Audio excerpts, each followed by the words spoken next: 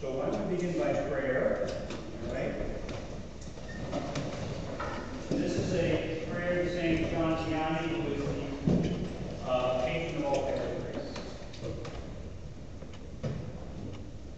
In the Father, Son, and Holy Spirit, amen. Dear St. John Vianney, your childhood dream was to be a priest. To win souls for God, you endured years of toil and humiliation to attain the priesthood. You became a priest truly after God's own heart, outstanding in humility and poverty, prayer and mortification, totally devoted to the service of God's people. The Church has exalted you as model and patron saint of all parish priests, trusting that your example and prayers will help them to live up to the high dignity of their vocation to be faithful servants of God's holy people, to be perfect imitators of Christ the Savior, who came not to be served, but to serve, and give his life in ransom for men. Pray that God may give to his church today many more priests after his own heart. Pray for all the priests under your patronage, that they may be worthy representatives of Christ, the Good Shepherd. May they wholeheartedly devote themselves to prayer and penance, be examples of humility and poverty, shining models of holiness, tireless and powerful preachers of the Word of God, zealous dispensers of God's grace in the sacraments.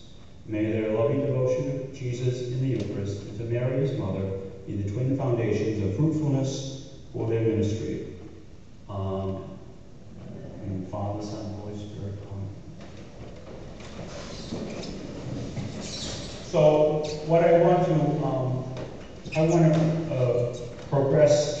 As I said, I want to give a recap and of things that have happened, and I think I should do it through the personal experience of a priest, i.e. me, so that you can see in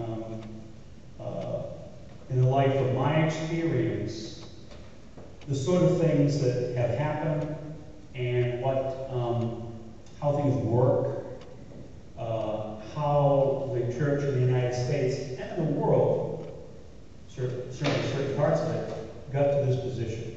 All right? Because this is a big scandal, it's a big problem, it's a time of crisis, it's a time in which decisions have to be made. So I want to leave plenty of time for people to talk,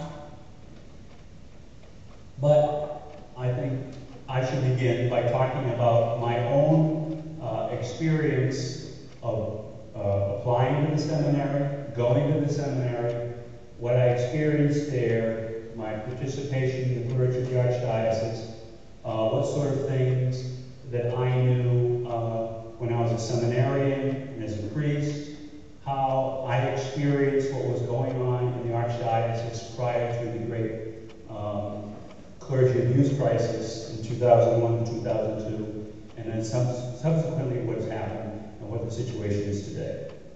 So, I'm going to give my vocation story, but I'm just going to mention, I'll start out by saying I walked across the street from Boston College to St. John's Seminary in a January day and knocked on the door, went inside, and told them I wanted to become a priest. And at that point, that was kind of a little bit different. I hadn't gone through my parish priest. I hadn't gone through a vocation director. I just walked across the street and went to the seminary. And at that point, they did what they usually do, and they said, okay, we're going to set up an application procedure, and they did that, and then you're going to have interviews. I'll talk about that in a moment. And they send you to have a psychological survey, and I had to do that twice. The first time I went to the psychiatrist, and I've always been prejudiced against psychiatry, and still am a little bit, although I know some good Catholic psychiatrists.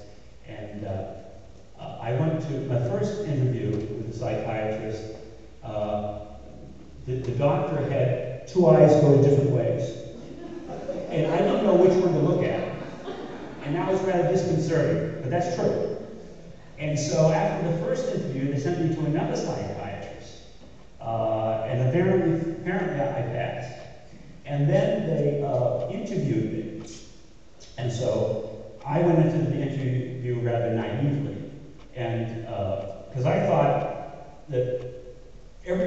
was on the same page in the Archdiocese of Boston, certainly in the seminary, the same page as the Pope. And I would only later on find out that there was a great split amongst the clergy, including the clergy, the priests who were teaching in the seminary. So I go into my interview, and they start asking me questions, and what sort of priest did I want to be? Why did I want to be a priest? I said, I wanted to be a priest, an Orthodox priest, who would teach what the church teaches. They asked me what my favorite authors were. I told them I read a lot. I said, well, C.S. Lewis and G.K. Chesterton, my favorite authors. Then to some of you, they asked me, are you a member of Opus Dei? And I literally did not know what Opus Dei was. I had no idea what Opus Dei was. But at that time, Opus Dei was like a vampire, a cross to a vampire, I did not know anything about Opus Dei. I would be introduced to Opus Dei later on. So I was accepted to the seminary, and I found out that if I had not opted for an extra year, I would not have been accepted. But I said I wanted an extra year, special year, so that I could study Greek and Latin, because my knowledge of that was I had high school Latin and didn't do very well in it, etc. I only found out later on that if I expected to enter into first theology, because at that time it was just 4 years, first, second, third, and fourth theology, I would not have been accepted. So I entered the seminary, and I was very, very excited. And I befriended some older seminarians early on, and I was given some sage advice. I remember one seminarian saying, say your prayers, do your studies, and don't pick any unnecessary fights. Those are the three things. And another one said, remember, you have a vocation to the priesthood, not to the seminary. All right? And those were very, very wise things that needed to be said. Back to the three. Do you say your prayers, do your studies, and don't pick any unnecessary fights. Why were there to be fights? Because the seminary was divided, the faculty was divided. Okay, you had the more traditional, theologically conservative faculty members, and then you had those who were sort of like in the left wing. And when you went to class, sometimes you were not being taught the right things. At that time, and I understand this was corrected now, it was a number of years, a number of decades ago, but at that time, the weakest areas in teaching in the seminary was biblical and moral theology. So the Bible and moral theology. And, I had a pretty active intellectual life, and I knew sometimes some of the professors were just giving me baloney. Especially the introduction to the New Testament. The faculty member who was teaching that eventually left the priesthood to get married. He had been sent to Harvard Divinity School, which was the last place he should have been sent, to learn about the New Testament. In fact, other faculty members had advised against it. So anyway, he was a total biblical skeptic. And so I would fight with him in class. And imagine it's sort of on equal terms.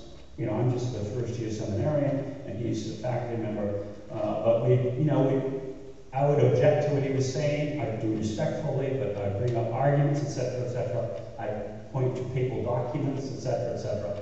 And so that would go on. I must say, to his credit, he did not punish me in grades. But so you had to fight, all right? And then later on, in moral theology, you had to fight because there was a fellow who was teaching that.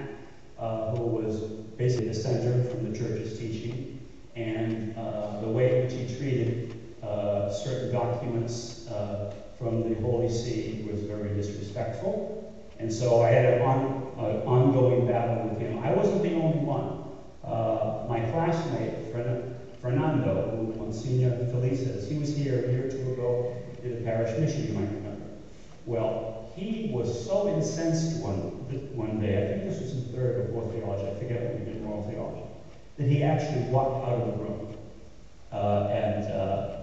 I couldn't have done that. I realized that would be a bridge too far. But he just stormed out of the room. He was so disgusted with the way in which this moral theology teacher was dealing with the magisterium of the church. And so, but he was sort of protected because he was Puerto Rican.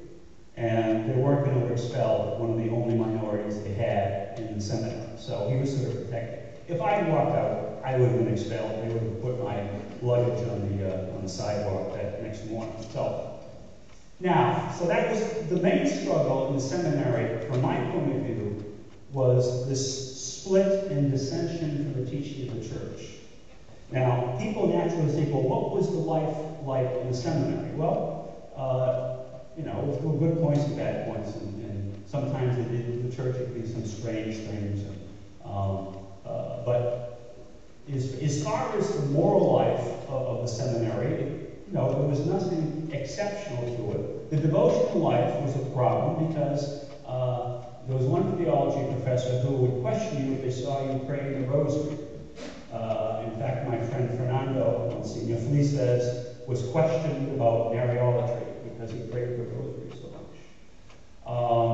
And there were hardly any times of adoration of Blessed Eucharist. Now I understand it's a daily thing, but back then it wasn't. It was very, very sad.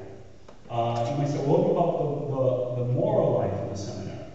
You bring up the questions that, you know, people have in their minds regarding the production of priests and what happened to lead to priests who abused young people. And I must say that I did not know of anything that was going on when I was there, with a couple of exceptions. There was one very interesting thing. Well, a couple of things happened. Just sort of give you the idea of the sort of corruption that was there. I had one classmate, I think it was the first theology, very manly man, and he was disturbed at some of the effeminacy he saw in some of the seminarians. And so he went to the rector of the seminary. The rector, of course, is the one who's in charge, and complained. And so I don't know this because Greg told me later on. And so the rector said, well, you have to get used to a new view of the priesthood. Isn't that sad? Now, there was another incident that took place that involved me. There was a program in the Archdiocese of Green, young men, for an overnight seminary, giving them some, you know, talk about vocations, etc. And so they had this plan, and we were told about it. And they were going to bring, you know, about 20 young men, and they were going to stay overnight on the 4th floor, which was unoccupied. And they wanted a couple of seminarians to sleep upstairs because these guys did not know anything about, you know, where the bathrooms were and all that sort of stuff. And so, so I said, I'll go there. And on this particular night, I remember I left my door open simply because, you know, if people wandering around looking for the bathroom, I wouldn't be able to say, you know, it's right down there. And so, so someone comes into my room, one of the older seminarians. And basically, he propositioned me. So I told him, you know, basically I told him, if you don't get out of this room, you're going to be sprawled on the floor with a broken rib. And he left, and then I made sure he left the floor. But that's the closest thing that ever came to anything like that. And there was no rumors that I knew of about people. There were some people I suspected were homosexual, and it turned out later on they were, and some of them got into trouble, but not while I was in the seminary. That fellow, by the way, got expelled the next, well, the end of the week he was gone. He became a priest in the Episcopal Church. All right, so he was gone. The seminarians, a lot of us felt burdened because of the difficulties some of the teachers and you know, how they looked upon you and how you might get expelled at any time and not continue. Because they vote on you every year. And I found out in second theology, I came within one vote of being expelled. I think it was like 7 to 6 or something like that. I was told this later on. Because I was considered to be rigid, which is a term that's still used. Meaning, you know, not able to bend, not willing to bend, which I always thought was a virtue. But so, and this is common. Now, there's a book you can read if you're strong enough and sober enough. I had a copy, but someone must have borrowed it. haven't seen it. It's entitled Goodbye, Good Men. It's written by Michael Rose. And I think he was a seminarian. He certainly has the goods on the problem, especially in the 70s and the 80s in the seminaries of the United States. So if you read that, you're going to find out that his contention is that there was never been a vocation crisis in the church. It's that seminaries would reject good candidates because those in charge of the seminaries or vocation directors didn't want that sort of person becoming a priest. Not because they were considered to be moral problems, but they were considered to be too traditional or too theologically conservative. And so, for example, I was labeled as being rigid and a traditionalist. And I don't think my personality is that way, but certainly I believe in holding firm, as I do, to the teachings of the church. In many places, that would get you expelled. As I said, second theology, which was when they really made the decision. If you passed second theology, then you'll probably be ordained. But I came close to being expelled from the seminary in second theology.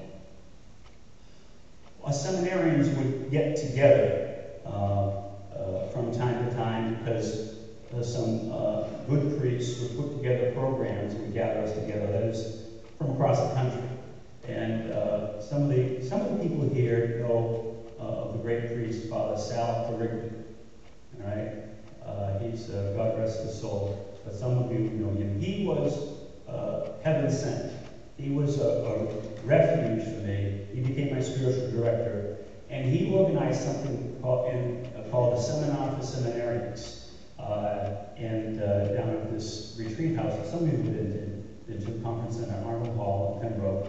And so on Easter week, after Easter, we would go to this, and we would have a conference, various things that would interest seminarians.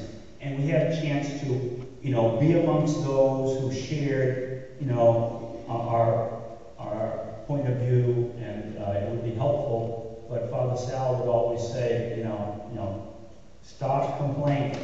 And he'd be a little bit more forceful in his words, but basically stop complaining. He didn't want it to be a complaint session. But inevitably, we shared notes.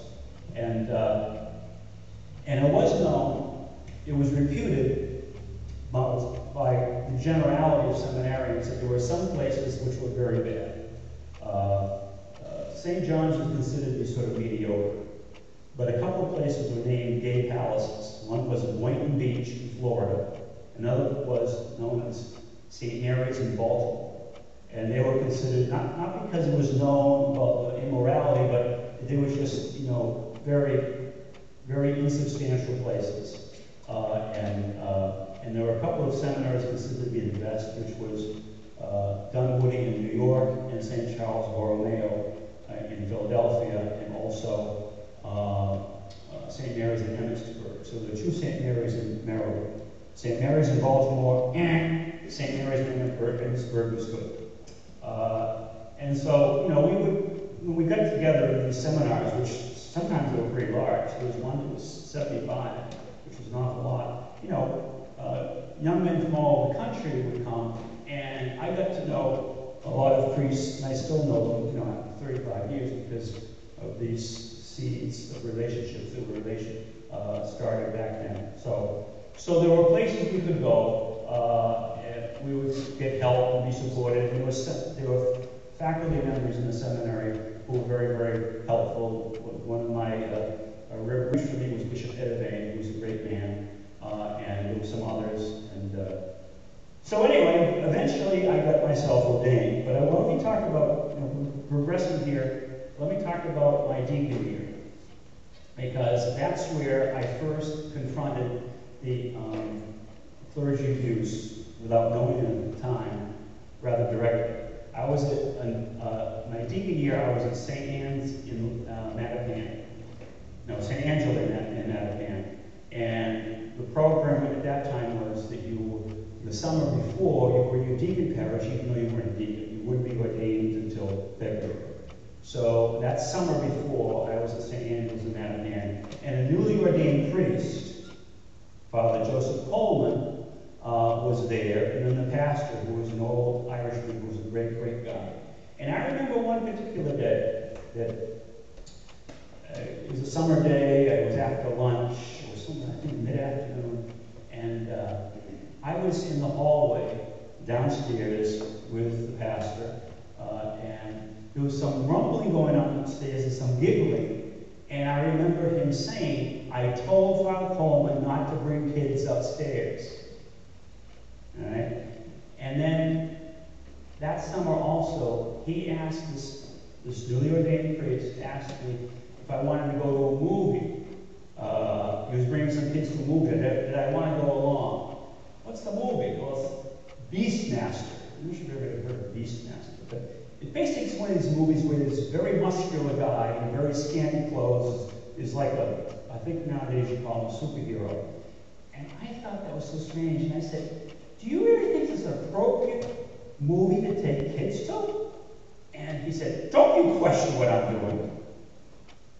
He ended up getting in trouble for molesting two teenage boys, and he was off the job within a couple of years. You know, I'm not sure when the case was brought, but after my deacon year, I learned when I was in my first assignment what had happened to him. And so, it was very, very sad. As a newly ordained priest, I was sent to St. Anne's in Littleton, which was a great, great place. And the demographics of St. Anne's are very similar to St. Brendan's, same sort of people, you know, salt and earth people. It's a great parish.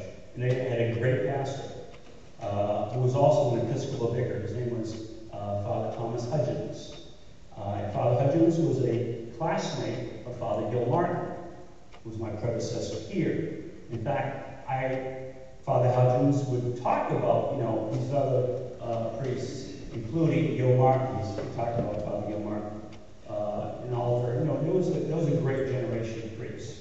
So I really enjoyed that. I remember a couple of things I want to mention from that. Again, this is touching on the clergy abuse crisis. I remember being on a bus with a bunch of kids. We were headed back from some event. I think we brought kids into the Museum of Science or something. And for some reason, they decided to go through Newton. And they were on Route 16, and went right by St. Jean's Parish. And I knew that recently appointed to that parish, which doesn't exist, by the way, anymore. The place was totally bulldozed. The church is gone, the school's gone, etc. But at that time, Father Shanley had been appointed pastor at St. Jean's in Newton. And I knew that name because I knew that he had been speaking about homosexuality in a very strange way. And I thought, why would Cardinal Medeiros make him pastor of a parish? Because he's a dissenter from the teaching of the church. And in my naivete, I said, well, he must have had a good talking to. He must have straightened him out. That priest there would go on to abuse boys in that parish, and eventually he went to jail. All right? And then the archdiocese closed the parish, but that was going on at that time. Another thing when I was in Littleton was Father Hudgens' opinion of this place in Littleton called the Alpha Omega House. It was a place for troubled youth, troubled teenage boys. And Father Hudgens was like the perfect pastor. You know, I often think, what would Father Hudgens do? He was just a great priest. And he was very circumspect. I mean, he knew I didn't have to know everything, but as an Episcopal vicar, he knew a lot. And he knew that there were bad things going on at the Alpha Omega House. There had been a priest there by the name of Father Bernard Lane, and he abused boys there. And he would be, and eventually he was taken out of there and sent to another parish in Lowell, St. Peter's in Lowell. And I'll talk about how priests sometimes, why a priest might have been reassigned like that. We could talk about, you know, what the thinking was at that time. And then he was followed by Father Melvin Surratt, who also abused boys there. So that was the Alpha Omega house. And Father Hudgens would talk about it. He didn't like that place, didn't like what was going on over there. And I was like, well, what's going on? He couldn't tell me what was going on. I didn't even know.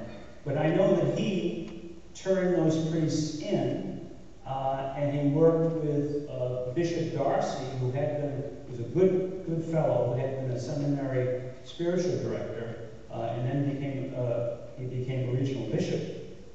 And it was Bishop Darcy who, when Cardinal Law came in front of Cardinal Law, said, we've got a problem in this diocese, we've got to deal with it. It was referring to abusive priests. And he was sent, Bishop Darcy was sent out to be bishop of Fort Wayne, South Bend, and some people think he was exiled there.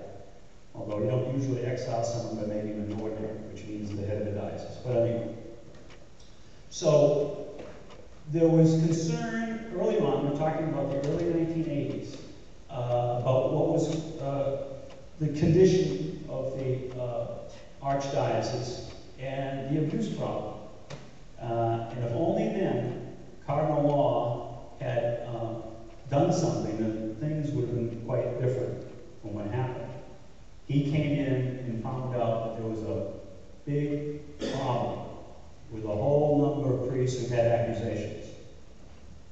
And rather than deal with it then, he was convinced by people in the chancery that, we could keep the lid on this. What was the thinking at that time? The thinking at that time was that you could send a priest with problems like this to counseling, and they could be improved, okay, so that they would not continue their nefarious activities.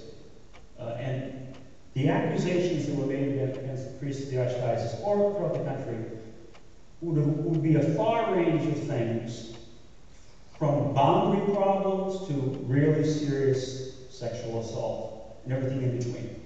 Okay, and since none of these cases, or hardly any of them, a very, very small percent of these cases were ever adjudicated, we will never know what percentage of them are guilty because there's the possibility of false accusation. In the Archdiocese, there's a list of 276 priests over a period of maybe 60, 70 years who had various accusations made against them. In the old days, they just said, okay, you get rid of this guy.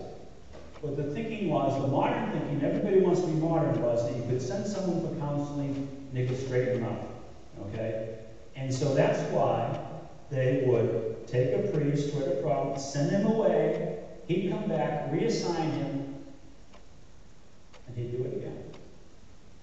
Now, most people, when they hear this, say, why would anyone think that someone who's doing this sort of abuse, should be anywhere near minors?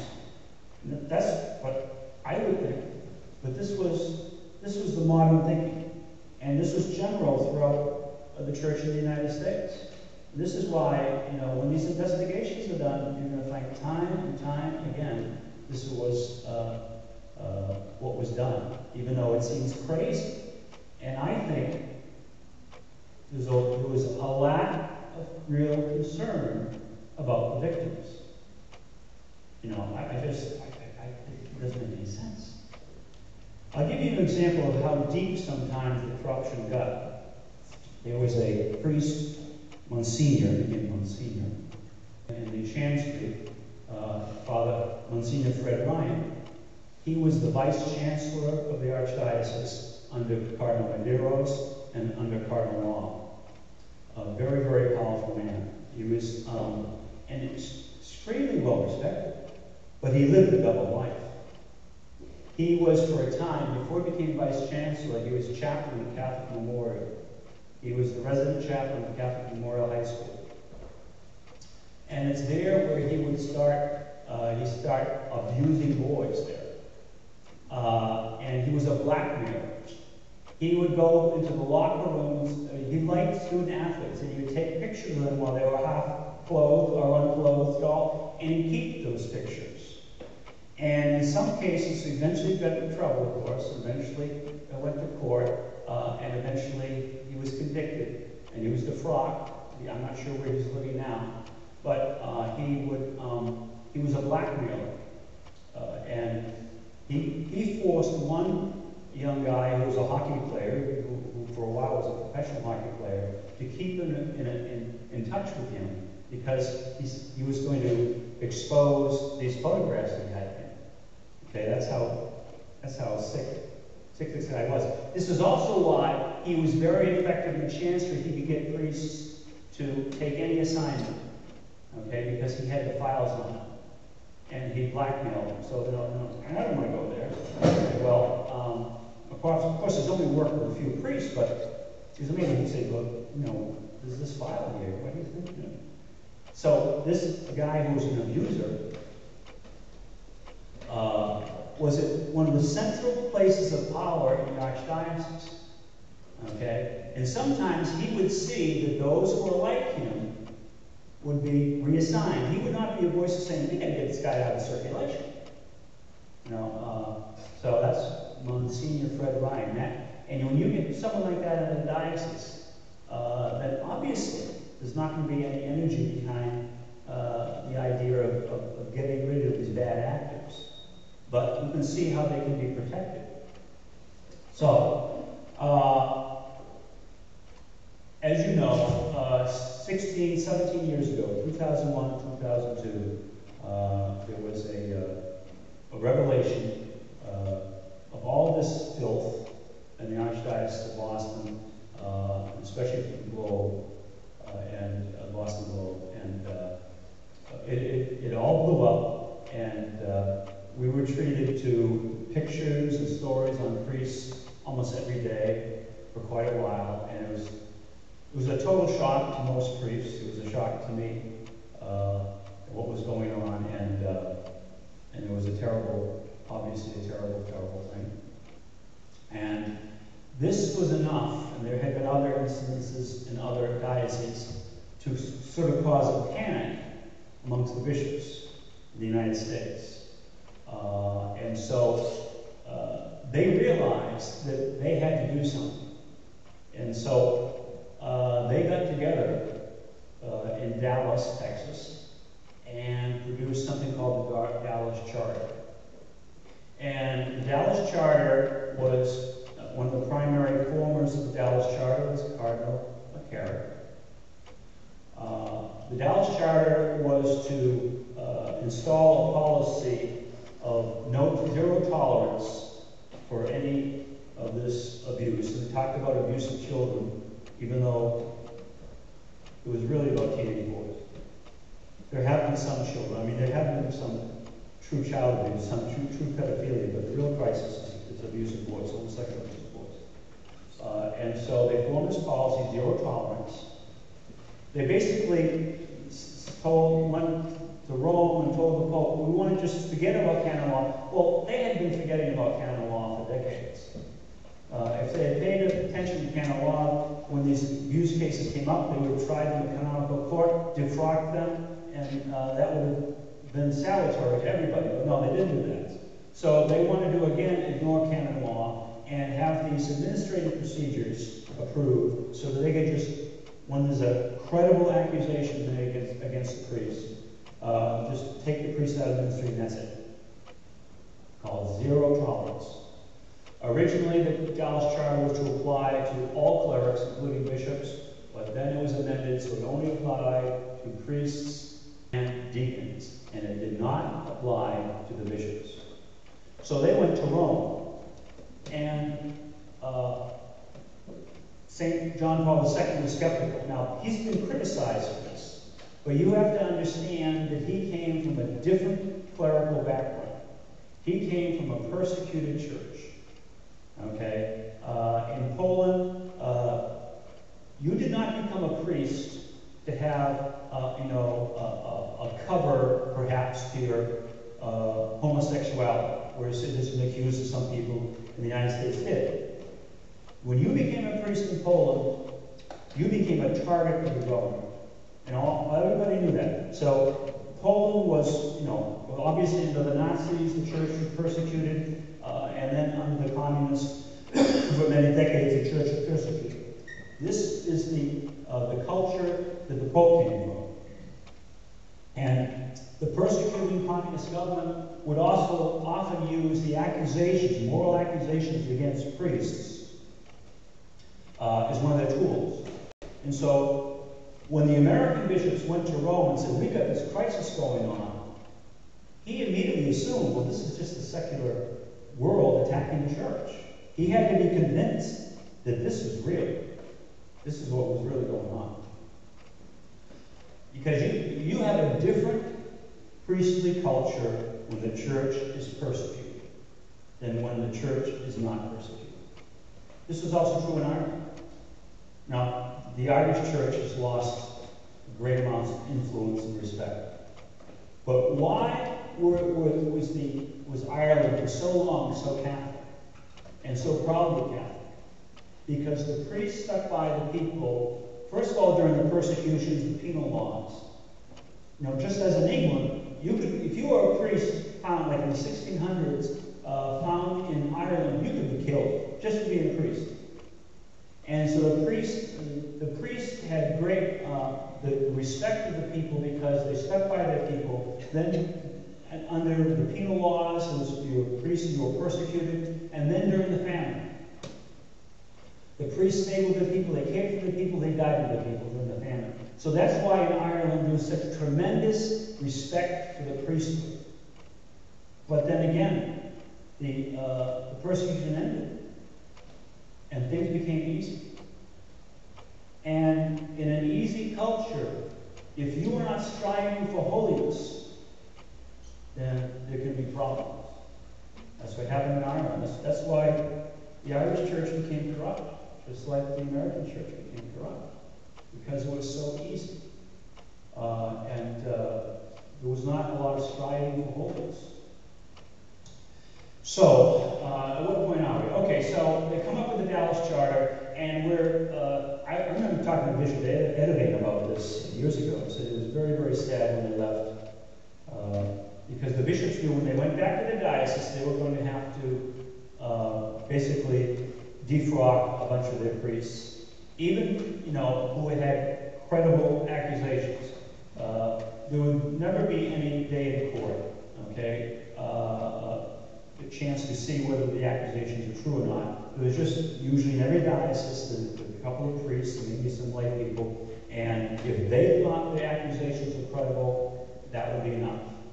And so they went back, and there were some priests who perhaps, early on, who knows, might have been a boundary issue or whatever, and they reformed, and, they had a clean slate and an honorable service for 30 years. They were gone. So a number of priests of that sort committed suicide. I'm ashamed to say, it's sad to say, but it's true. So that was supposed to solve the problem. That was it was very draconian. There was zero tolerance. There was supposed to be no judgment on the part of the bishop. If there's a credible accusation, he's gone.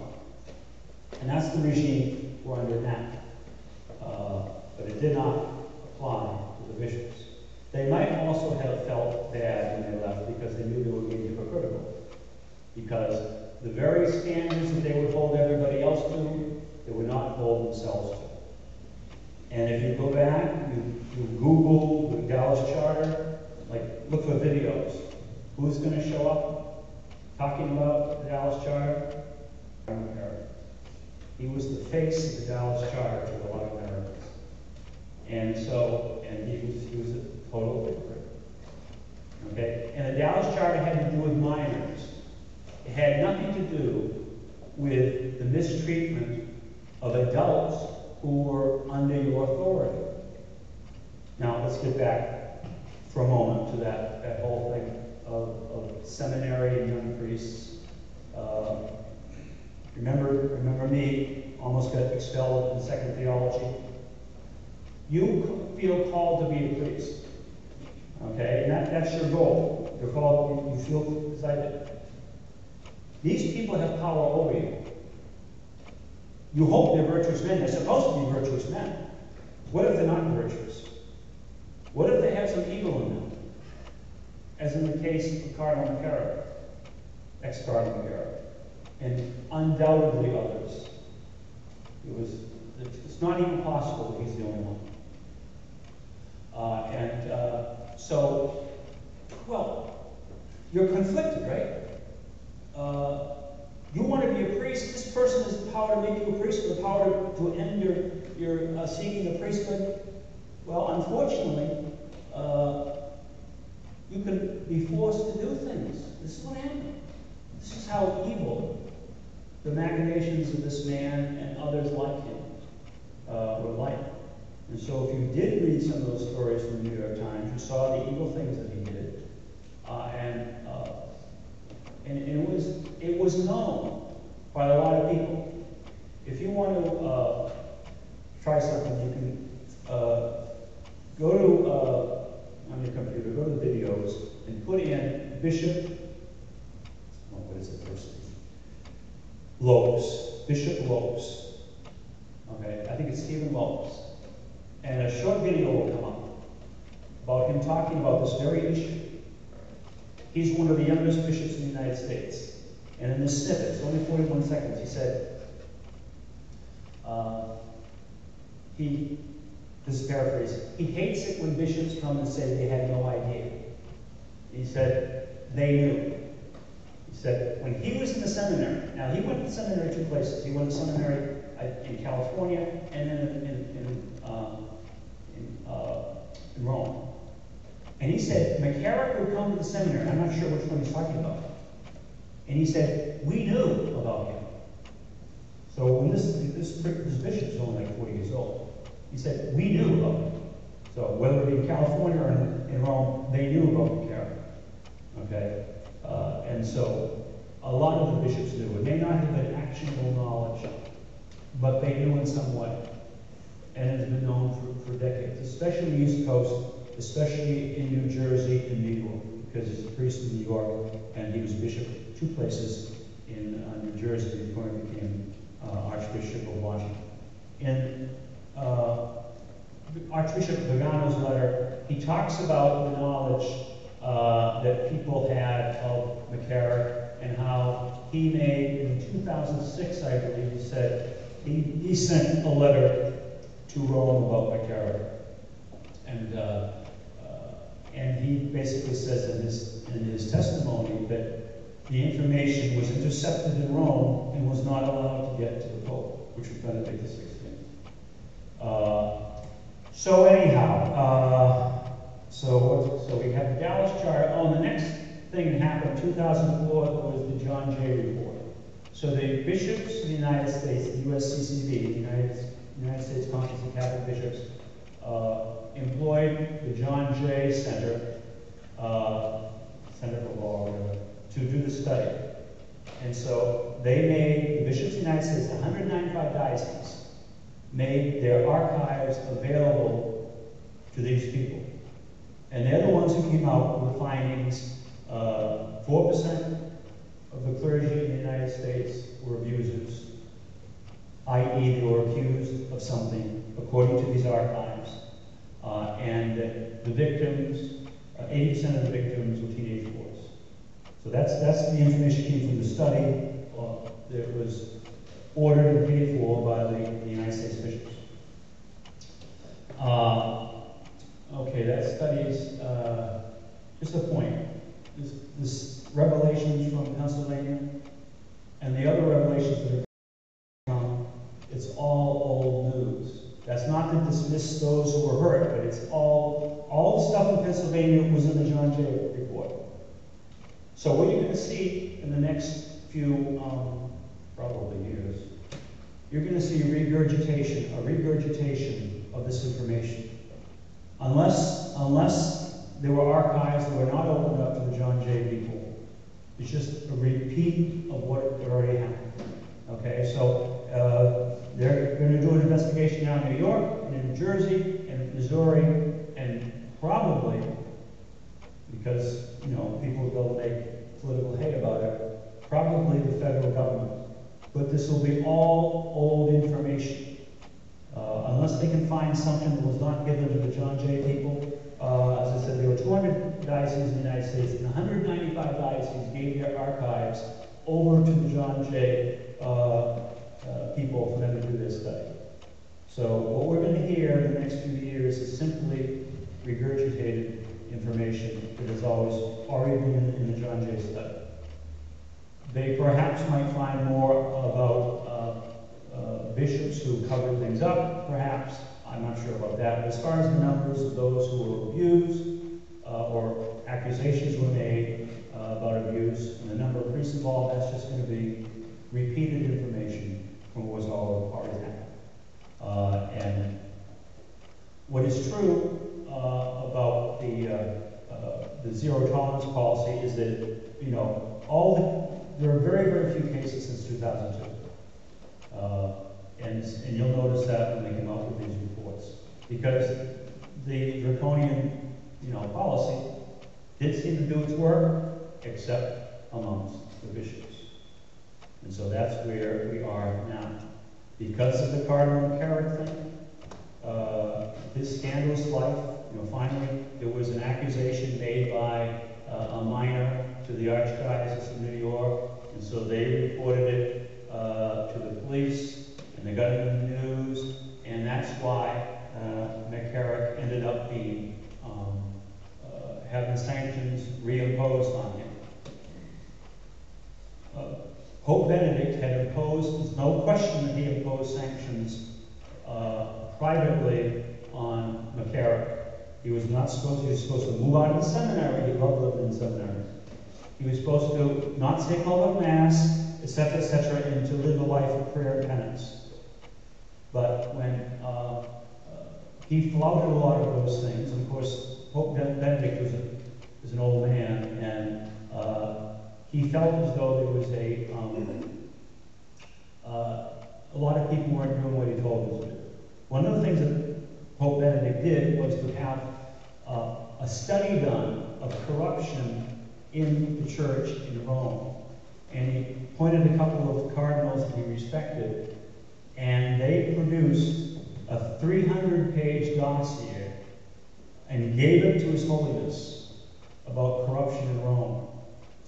And the story is that the Holy Father saw what was there and said, I can't do this. And supposedly that's why he resigned. He figured someone else is going to have to deal with this. That dossier was given to Pope Francis, and no one has seen hide in the hair since. I don't know where that is. But there's a lot of information there. Archbishop Vigano refers to that. Archbishop Vigano is universally respected throughout the church as a man of integrity. He's being attacked, though, because, of course, he produced his testimony. How many people read Vigano's? Okay, so he's being he's being attacked by certain people, especially the people he names, because of this. And he's gone into hiding. We don't know where he is. So he produced this. He felt out of conscience he needed to produce this. And he shows in his, if you read it, he shows how things were intercepted in Rome, but he also makes it clear that he knew the sanctions were put on McCarrick, and McCarrick seemed to flout them. And then McCarrick ended up at the conclave to elect a new pope. He should have been there. All right? That's why the sanctions should have been public. And he was one of the ones who was whipping votes for Pope Francis. And lo and behold, Pope Francis is elected. And McCarrick becomes one of the special group of 9 cardinals selected by Pope Francis, can you believe it, to reform the church. So he was in that group, and the sanctions were lifted. And so he was merrily going throughout the world on trips. In fact, he was one of the ones who went to China to talk to the government in China about the church in China, the Catholic Church in China. And then the accusation came out of New York, and all of a sudden, he was the Pope reimposed sanctions on him, and he was taken. His card, his hat was taken away.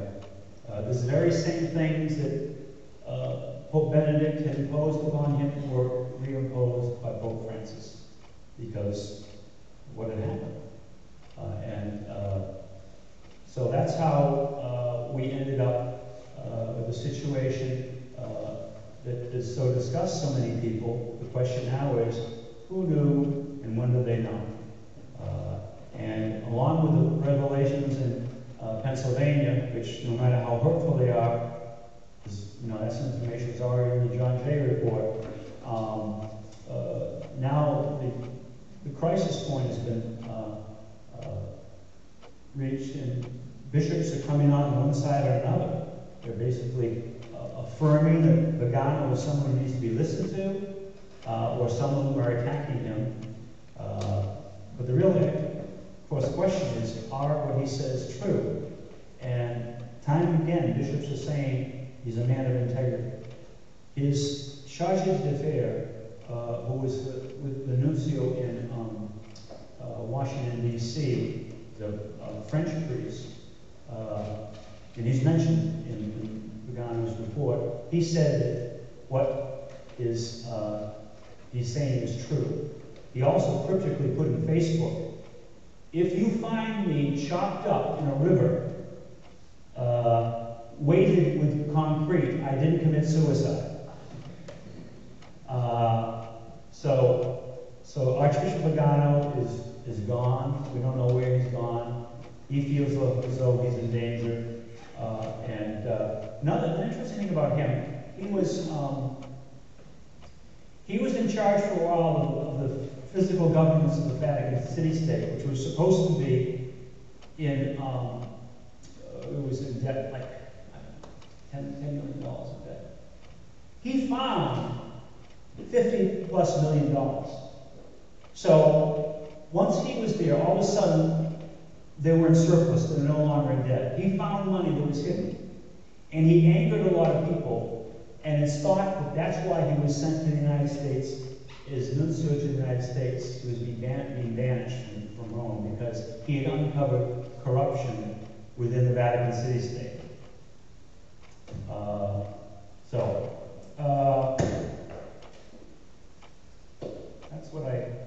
That's my present understanding of the situation and the experience. So now, why don't we have a chance to talk or ask questions? Yes? What did Cardinal Mullen have to say about what? About this whole thing? Because he's one of those cardinals and bishops. Did he know? Is he aware of your character? He did not answer the question, and he was not asked the question, did he know? Of course, there's a couple of lines, short lines, in Pagano's testimony, and unfortunately, he says, to quote him, some of you who read this, regarding Cardinal Sean O'Malley, I would simply say that his latest statements on the McCarrick case are disconcerting and have totally obscured his transparency and credibility. Regarding that, you might recall that there was this priest by the name of Boniface Ramsey, Father Boniface Ramsey, who had taught at Seton Hall in New Jersey, which, by the way, was one of the seminaries that was not considered to be very good. He was there in the 70s and 80s, I believe. And he wrote to Rome about particularly the very questionable activities of Cardinal Carrick, right? About how he would take seminarians to his summer home and sleep with them and all this stuff, this gross stuff. So he was trying to get the information to Rome, and he gave it to the nuncios. The nuncios in the United States immediately sent it to Rome. This is what Archbishop Pagano talks about, but it got intercepted in Rome. And apparently, for a while, for years, it did not get to the Pope, Pope Benedict XVI, or earlier than that, St. Pope John Paul II. It's not possible for the Pope to know everything. It's a bureaucracy there, And so it's not possible. So Father Ramsey decided, okay, I got to get this information about McCarrick to Cardinal O'Malley, because Cardinal O'Malley is on the Commission for the Protection of Minors in Rome. All right? And so he sent this letter in 2013. I think it was I'm pretty sure it's 2013. To the Cardinal's residence in Boston, and it was intercepted. This letter was intercepted by Father Kickham, the secretary to Cardinal O'Malley, and I mean this was in the Boston Pilot. It's a strange explanation. So Kickham read this. The implication is that Cardinal O'Malley did not read this letter, describing the nefarious activities of McCarrick. But he said since the activities were not with minors, it didn't apply to Cardinal O'Malley in his job as being on this commission for the protection of minors. Now, at this point, I think our brains explode, because this is a cardinal of the church. And so basically what's being said, without being said, is that he didn't see the letter, and the implication is, therefore, he did not know about the letter, i.e. the accusations against Cardinal McCarrick. I can't believe any ordinary, in an ordinary discourse in the Church of Diocese, on the East Coast, or any cardinal in the United States, didn't know about McCarrick. I find it very, very hard to believe. They may not have had actionable knowledge. You know, sometimes you've heard of things, multiple, you know, think, well, this has got to be true, we should hear about. But you don't know personally. There's nothing you can do about it. But you can at least say that he shouldn't be advanced. But he was. I don't know exactly what Cardinal Mullen knew. I'm not sure if he had any actionable knowledge.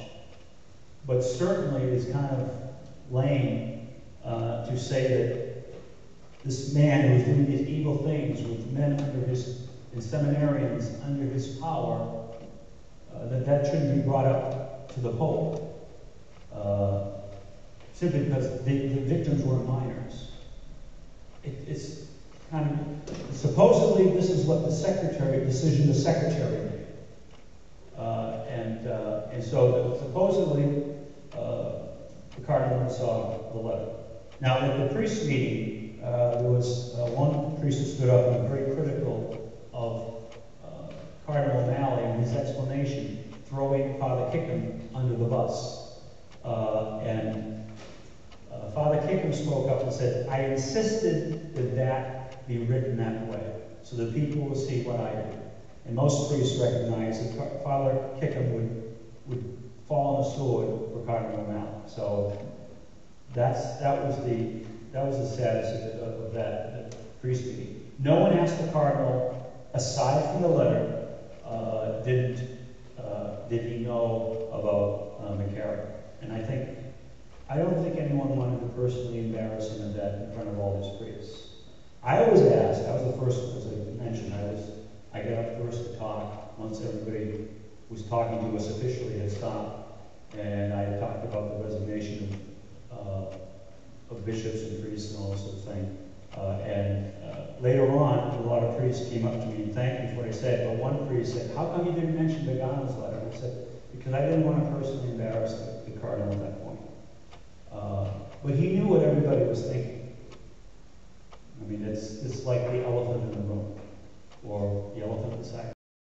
You know, he knew what people were thinking, I'm sure.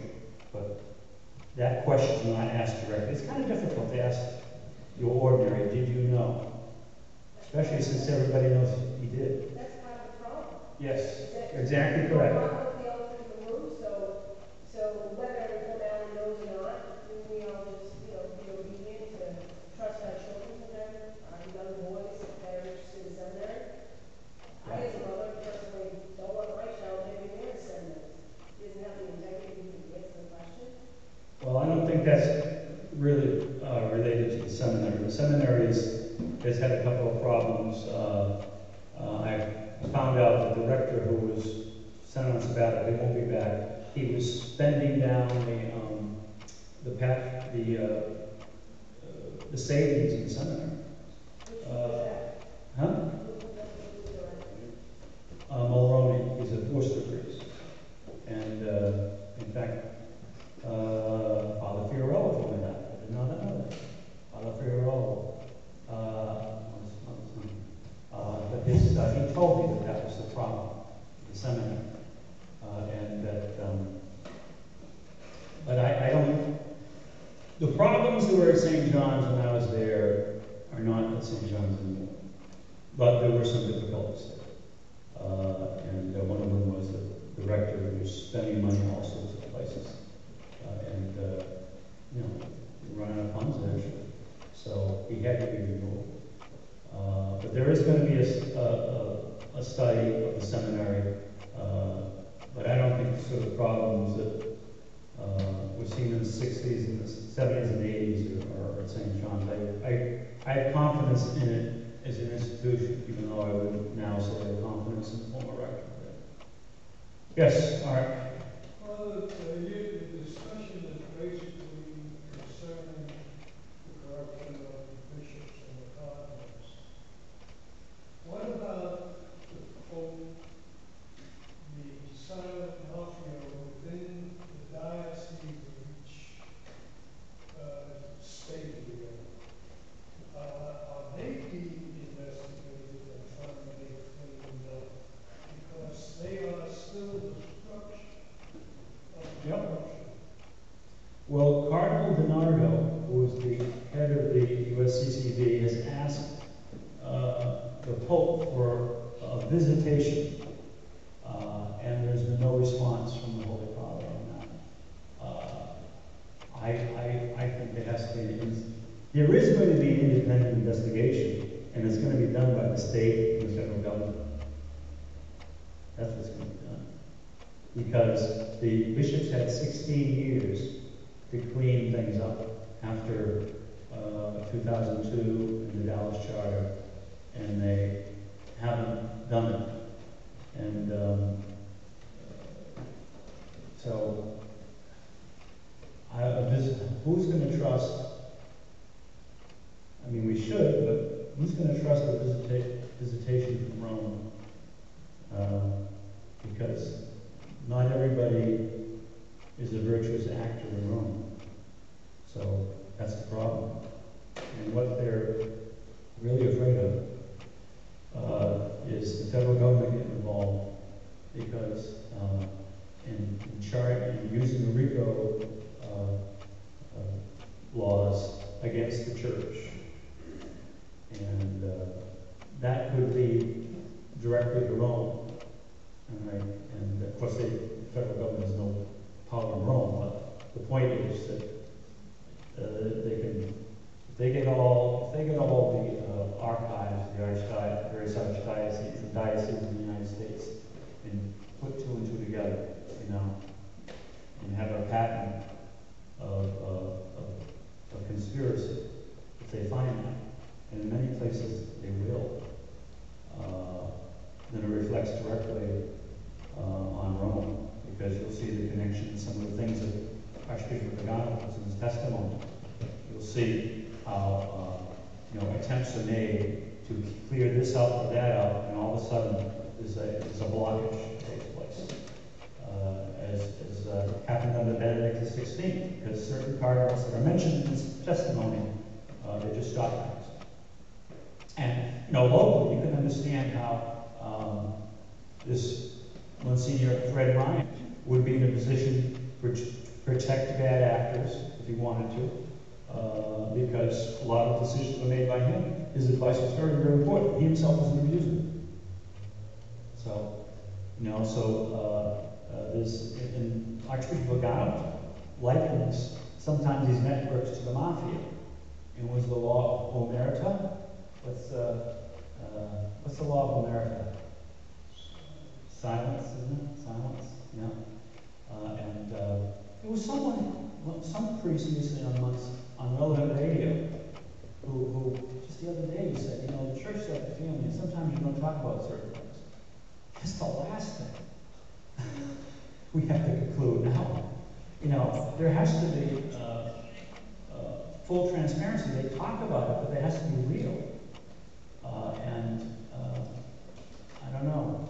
But no, but Cardinal DiNardo's request for a visitation has not been, there's been no answer. As you know, His Holiness, when asked about Lugano's testimony, said he was going to say nothing about it. Right now, he said. Yeah. Yeah. Yes.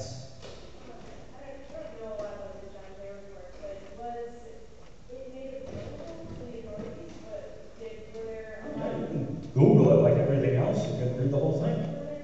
Were there any investigations that came out of that? I mean, why haven't we seen, we had a, It was an investigation.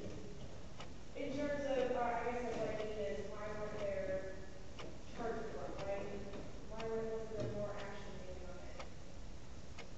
Because it's all Yeah. jurisdiction. Well, remember that the purpose of this, I don't know, you tell me why attorneys generals don't look at a report and decide to investigate it. I don't know. But now they are.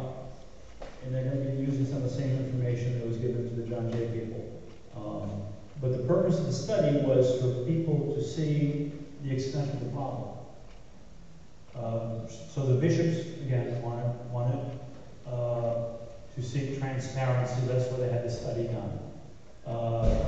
You know, the bishops aren't going to tell someone to look at the study and bring about charges, and it's in the public forum, so any attorney general in any jurisdiction, any state, could have easily looked at it and done further investigation, brought up charges, but no, I don't know if anything came out of that.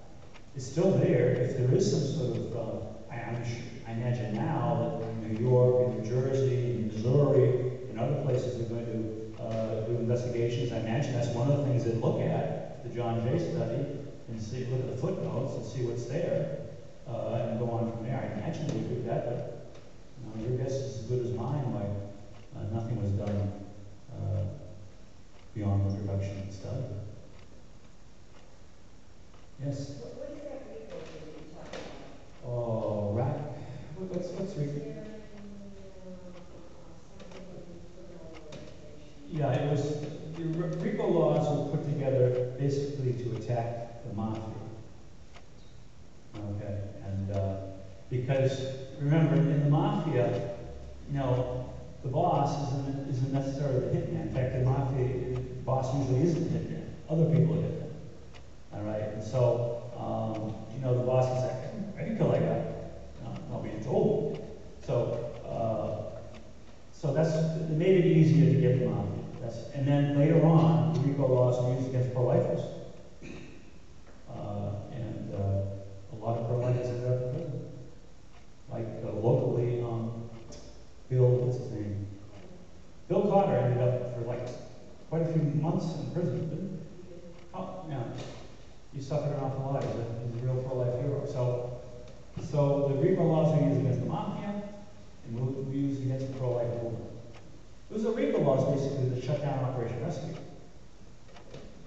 I think the main thing about the RICO laws is if you can prove an ongoing criminal enterprise that certain people are connected, then they can arrest. It gives them the ability to say everybody's guilty who's related. So if they find these low-level guys doing crime, mob bosses protect themselves through layers of word. They can arrest everybody up and down the chain, even if they don't have evidence.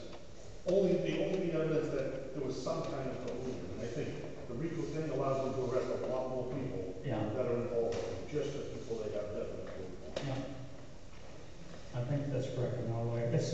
You said Sunday that a lot of bishops in the worldwide have to go before this problem goes away completely and the church can rebuild itself in the eyes of the parishioners.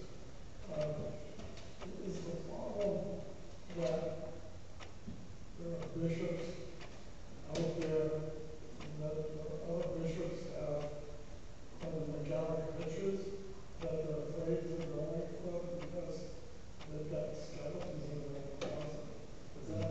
is some rattling going on in a lot of episcopal closets. It'd be primarily because they had actionable information, they didn't do anything about it. This is from St. Peter Damian, 1,000 years ago. There was corruption back then too. St. Peter Damian, pretty important fellow. Listen, you do nothing superiors of clerics and priests. Listen, and even though you feel sure of yourselves, tremble at the thought that you are partners in the guilt of others. Those, I mean, who wink at the sins of their subjects that need correction, and who by ill-considered silence allow them license to sin. Listen, I say, and be shrewd enough to understand that all of you alike are deserving of death. That is, not only those who do such things, but also they who approve those who practice them. St. Peter Damian. Can you say that because of what's going on today is what Our Lady said in 1917 to consecrate the whole world to Russia, right, to her heart, and it never happened? Well, I'm not an expert on that apparition, but you know, there's a lot of demonic activity going on, and Pope Paul VI, back in the late 60s, early 70s, talked about the smoke of Satan in the church. And certainly, if you read some of the things that McCarrick did, and no doubt others, and it's demonic. You know, it's how could anyone do those sorts of things and still have supernatural faith? You know, just terrible. And the things that, you know, Monsignor Fred Ryan did. You know, there was, he stayed on going, he had a relationship with Catholic Memorial, and he abused a teenager in the chancery. He got him drunk in the North End and brought him back and abused him in his room in the chancery, because there used to be apartments for people to live in the chancery.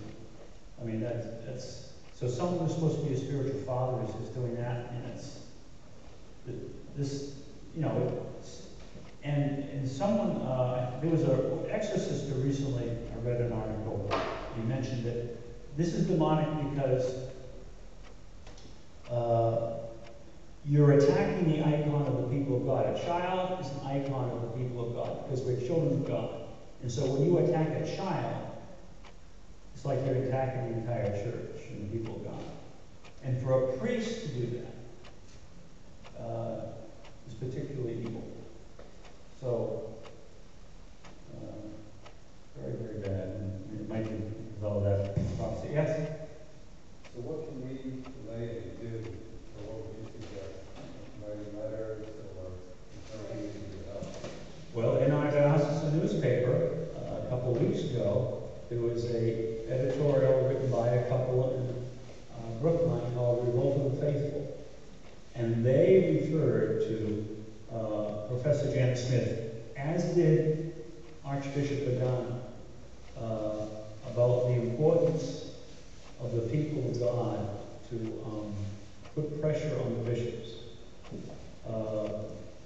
You might have read about what happened in Chile, and there were multiple cases similar to these in Chile, and people in the churches rose up in revolt, so to speak, and a bunch of the bishops in Chile had to resign. Okay, so how do you put pressure? You can write. I meant there are going to be a lot of people, I understand, at the bishops' meetings coming up in November and October, who are going to go down and protest in front of the bishops. I mean, it's some people have suggested withholding donations. Of course, if you withhold donations to the church and you kill your parish church, that doesn't necessarily affect the bishop.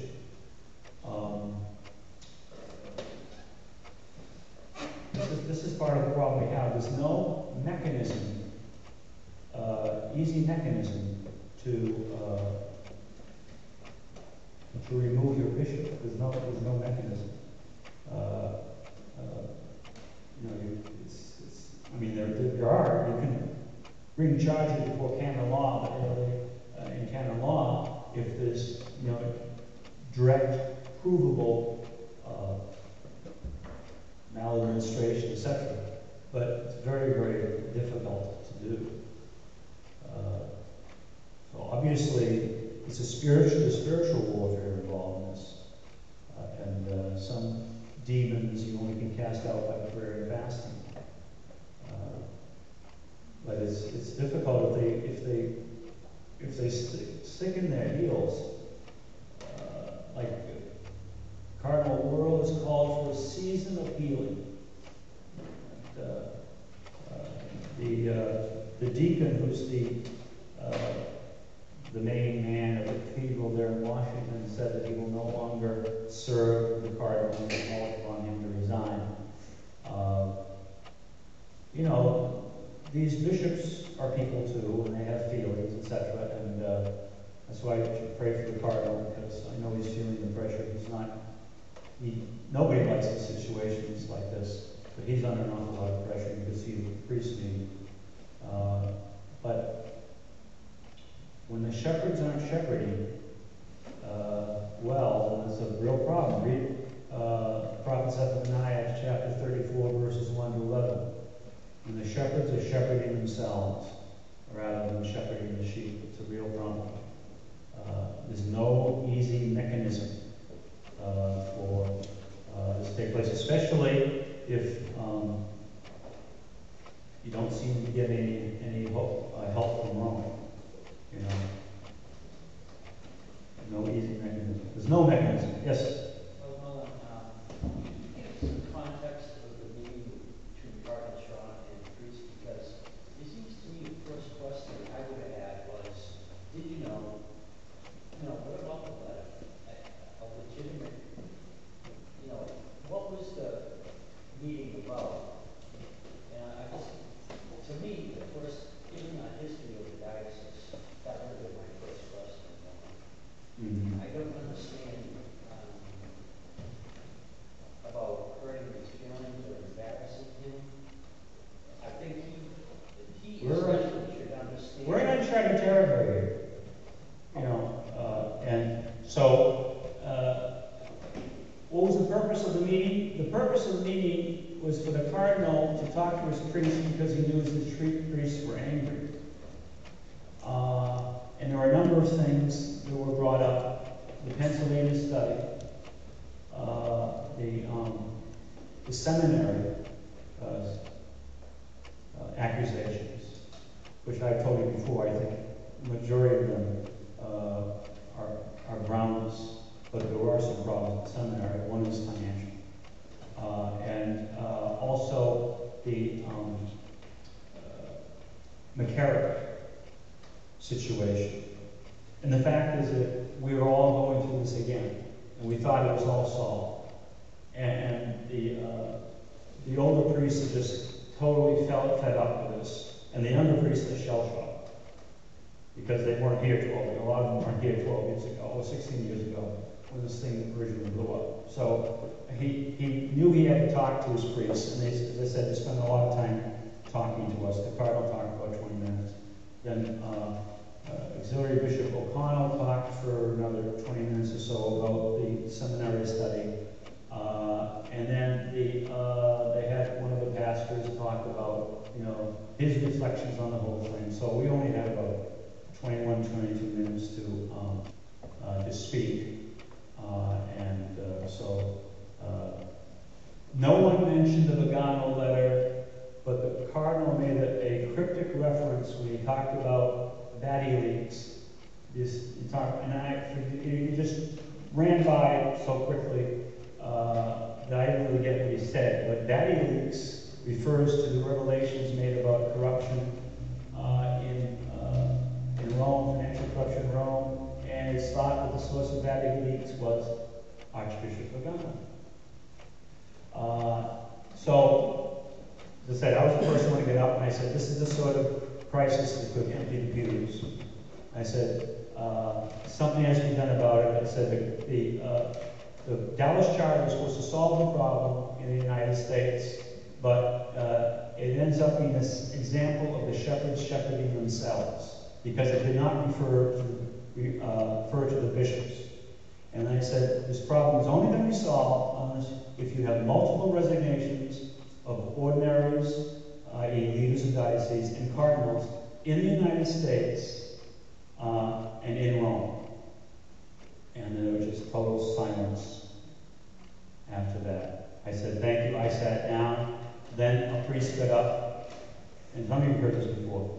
A priest got up and said that, you know, he had experienced a number of years ago. He had to go away. He was alcoholic. He had to go away and clean up, go to a guest house and clean up.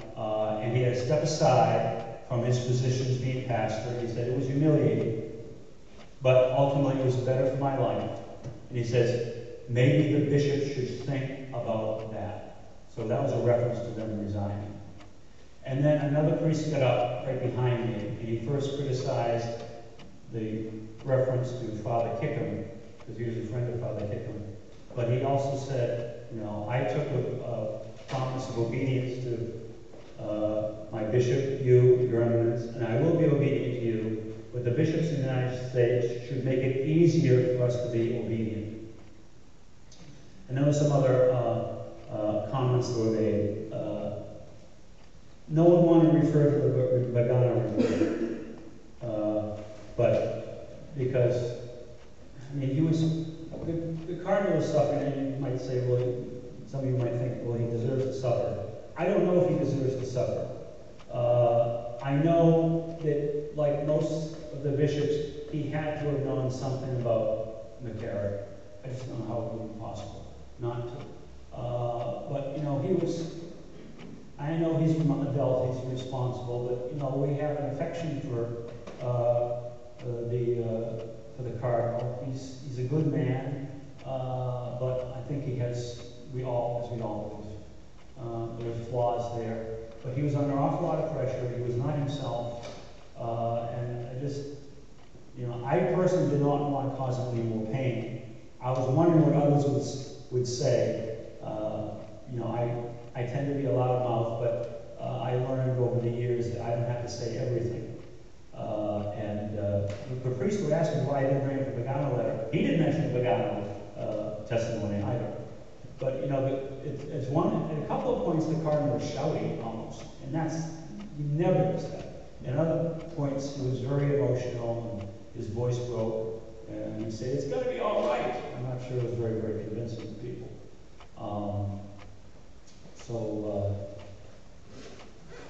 The question probably should have been asked, but what did he know? I'm not sure how he would have responded. Yes? Just a quick point. This John Jay report you said was put together by all the bishops. It wasn't put together by the bishops. No, the John Jay Law Center. Do you know the name of it? It's some sort of legal institute. They did the study. The bishops didn't do the study. They commissioned the study. They commissioned it. They provided the documents, and did they Yes. review it before the reports went out? The bishops who hired them, did they review the report before it went out? I guess my question Well, is, whether they did or not, the report went out. I don't know if they reviewed it beforehand, but I imagine before it became public, they reviewed it. I guess my question would be is it, how confident do you feel it's the bishops that put this out or started the report and read it before it went out? How truthful it is? Hindsight. Oh, I think That it's happened 10, 15 years It's ago. pretty brutal. The report is pretty brutal. It's a long report. You can read it online. It's pretty brutal. I think it's... Now, did some bishops withhold some records? I suppose you could say they did, but it was a pretty brutal report. Pretty brutal. Well, one of the things that I read in detail about is they changed the John Jay report to say that it was pedophilia, not pedestry. Well, they soft-pedaled what the report said. They acted as though it didn't point out the homosexual predation on boys. That's why you find in this diocese, you know, they talk about protection of children.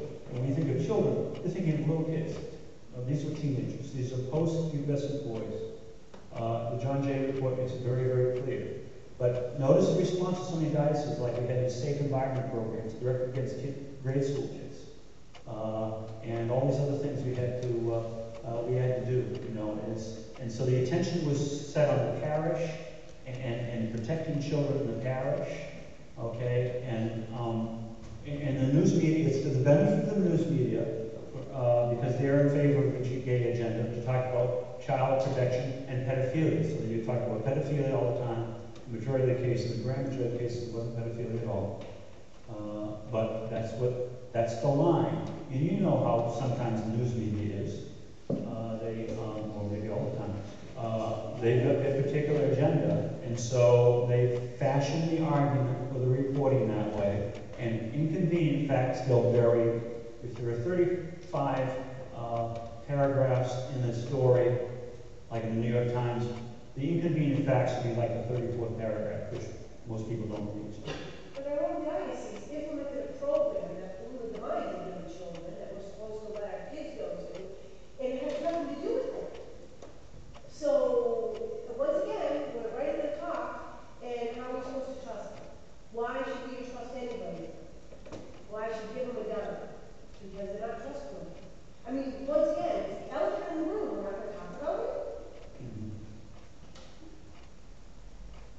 I don't think the cardinal or the hierarchy realizes how angry people are. Well, that's why you have to let them know that. Well, our I letters mean, don't make it, they can keep it from. What? He never got our letters about the program that we didn't want at our parish. I talked to him personally. So Kevin will just keep the letters from him because it's not, he doesn't need to see that. He didn't get the letters I sent either. Well, right, but so what's the point? So who do we go to, Brian? I mean, yeah, we know he turned a back to you too, and it's frustrating. Yes, it is. You got to get his attention. I talked to him personally. He Yeah. still didn't respond to me. Kevin still sent me a letter, so he fully knew what I was talking about. I handed him the 4 letters I wrote. I asked him respectfully for a response, and he had his secretary send me a stupid response. So that was useless. And the program's still here, and we're still mandated to show it. I mean, Yeah, God bless but you. nobody comes. I mean, the great thing about St. Brendan's is nobody comes. But that's beside the point. How many other children are being polluted by that information? All throughout the country, thanks to the USCCB in Cardinal County. Yeah, So, yeah. Yes. So, your pastor, Hmm? as our pastor, and the group of priests here in our diocese, what do you see yourself doing on our behalf and the collection Did you say election? of your peers? Uh-huh. What do you see as an organization pastoring us? How are you going to represent us to the USCCB? Well, I'm not going to represent you for the USCCB because the USCCB isn't interested in me or anything I say. If the pastors in this archdiocese, how do you come together to make a statement on our behalf? Don't you think that it's also your responsibility, not just our responsibility as bishops, that you as pastors, leading your sheep, It's a you are collective. our leaders, But they don't belong to him either. I think it's a collective response that. So, I mean, how are Okay. we supposed to respond to it if you're not being responded to? Now, we're looking to you as our pastor for guidance, but what are you doing? You know what would make a good idea is to contact Bishop Reed, who's our regional bishop.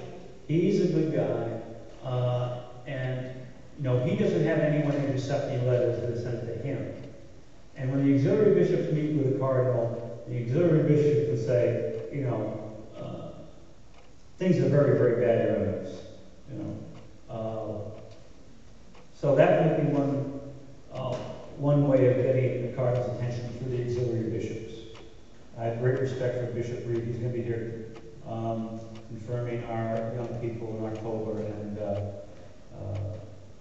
You know, maybe people can come and after confirmation, the reception, give him respectfully an earful, but, you know, you could write to him. No one's gonna intercept letters to him. You know, he's gonna get them directly.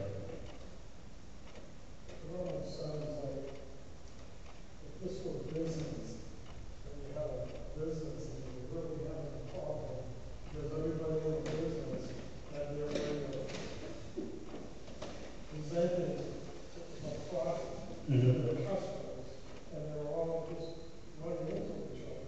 What they would do is go out and create a customer advisory board. And I'm wondering if the time hasn't come, because you said tonight that you're in a situation where you're trying to get your boss to do something. And maybe, you know, they have no power over us. And maybe it's time for all parish priests to go as a group and say, we would like to have a meeting, but we'd like maybe 2 delegates.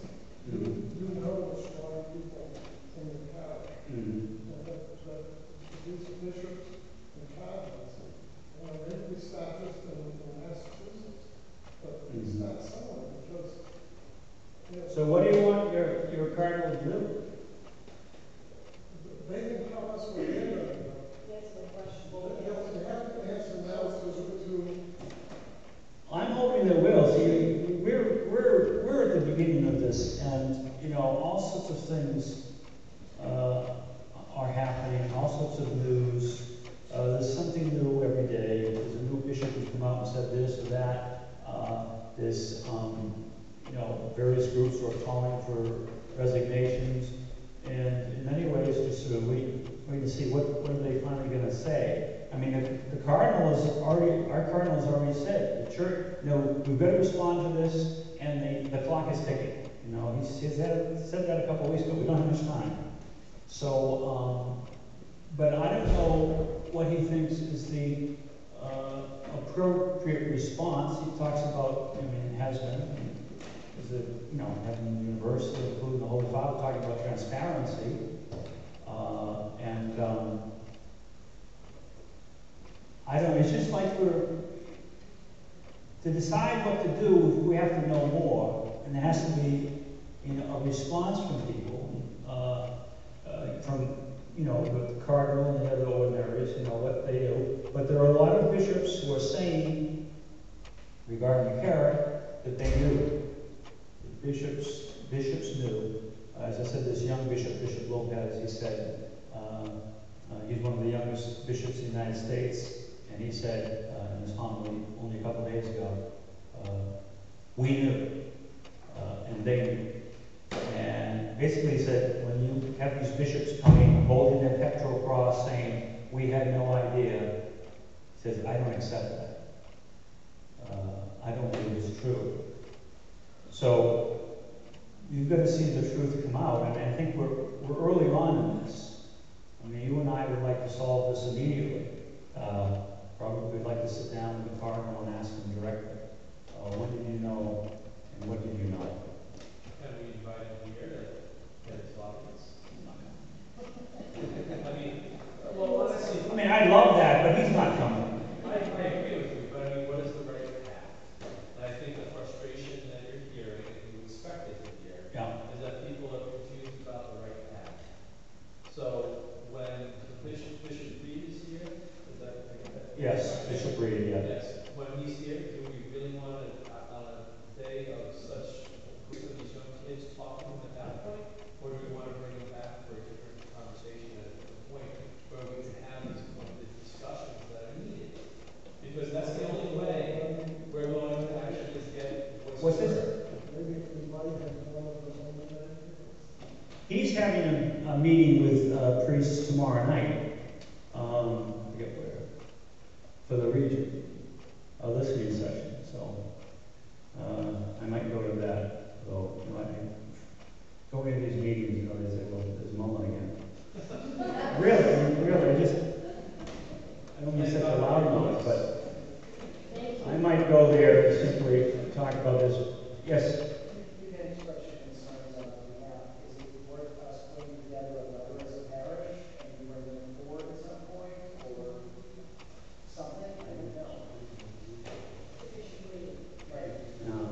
Well, I would think that might be a good thing to do, not tomorrow night, but something that might be a good idea to do if, you know, prepare something to present to him after confirmation. But I'm going to go to that session. I think I wasn't going to go, but I see now I really need to go and give him, you know, the sense of the people who came to this meeting today. I mean, we all want the answer to the question, what do you know? And then what's the response after that? What if we find out he did know? Is there anything he could have done about it? You know, it's difficult. Well, Yes. I remember in '01, '02, I was reading the Globe, and one of the letters, the woman was begging, I think it was Cardinal Barrows at the time, not to resign, not to attack peace. And his interviews for, I think, multiple boys. I mean, that's the kind of letter, and the pain and the anger they need to understand. And they often resign priests. They would lie to the people. The priests, it was, you know, the priest would be a problem in this parish, and then they'd say, well, they tell the parents, well, he's going to be out of contact with kids for the rest of his life. And they just assign him to another parish, and they wouldn't tell the pastor the problems he had. I mean, This happened multiple times. if it wasn't for John 6, I would not be a Catholic still. Mm-hmm. That's the point, you know, because it doesn't seem an effective way, short of going into the cathedral and maybe getting in his face. And I'm really, maybe that's what it would take. I mean, I don't want to disrespect him because No, I none do of us believe want in to. hierarchy and the way Christ designated it. But they also, I don't know, at that meeting, they need to hear that there is anger and it does need to be dealt with, at least addressed. I mean, we can't, I know we're in the United States and we expect right away, but I think Cardinal Sean needs to be aware that he needs to have something.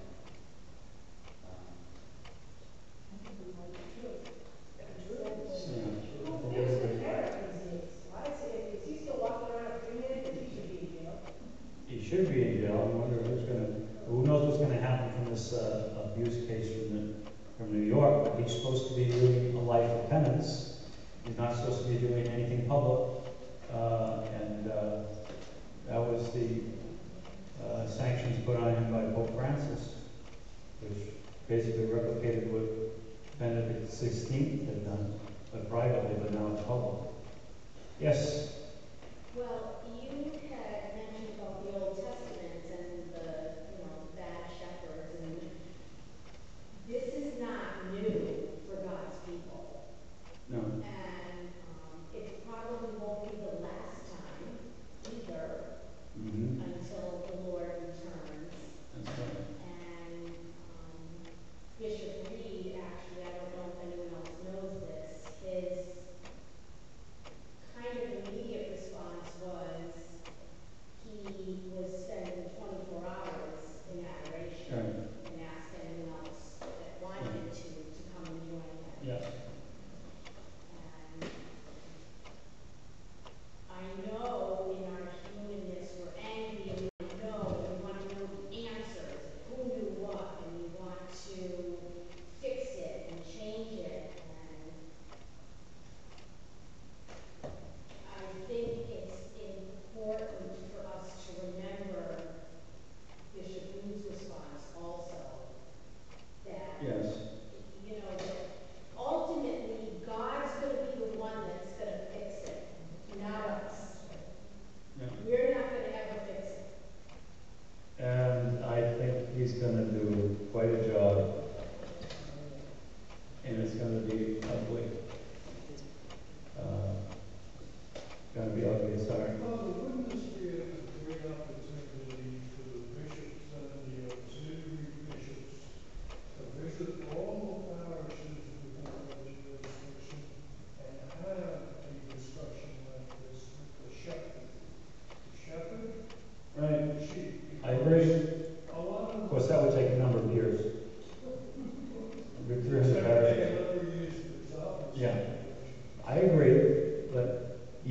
speaking, I don't think the cardinal would subject himself to that.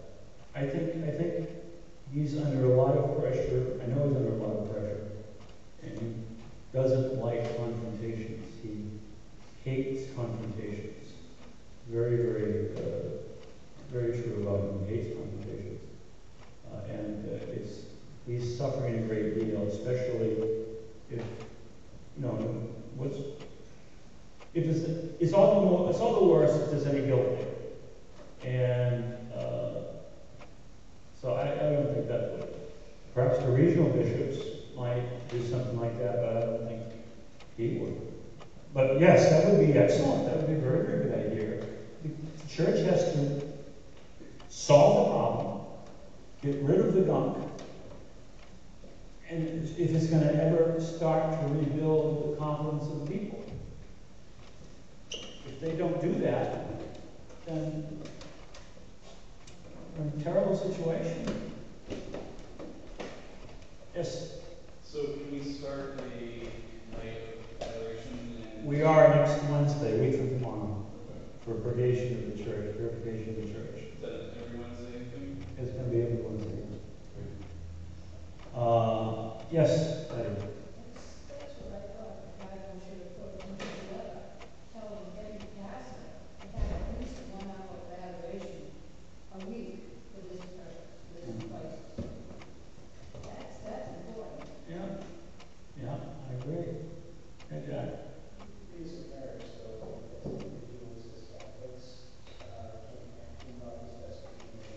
We can do the rosary, we dedicate a mass, we can do the adoration. Like things where fasting, like you say, that maybe that's the only thing that can purge the evil that's in the church right now.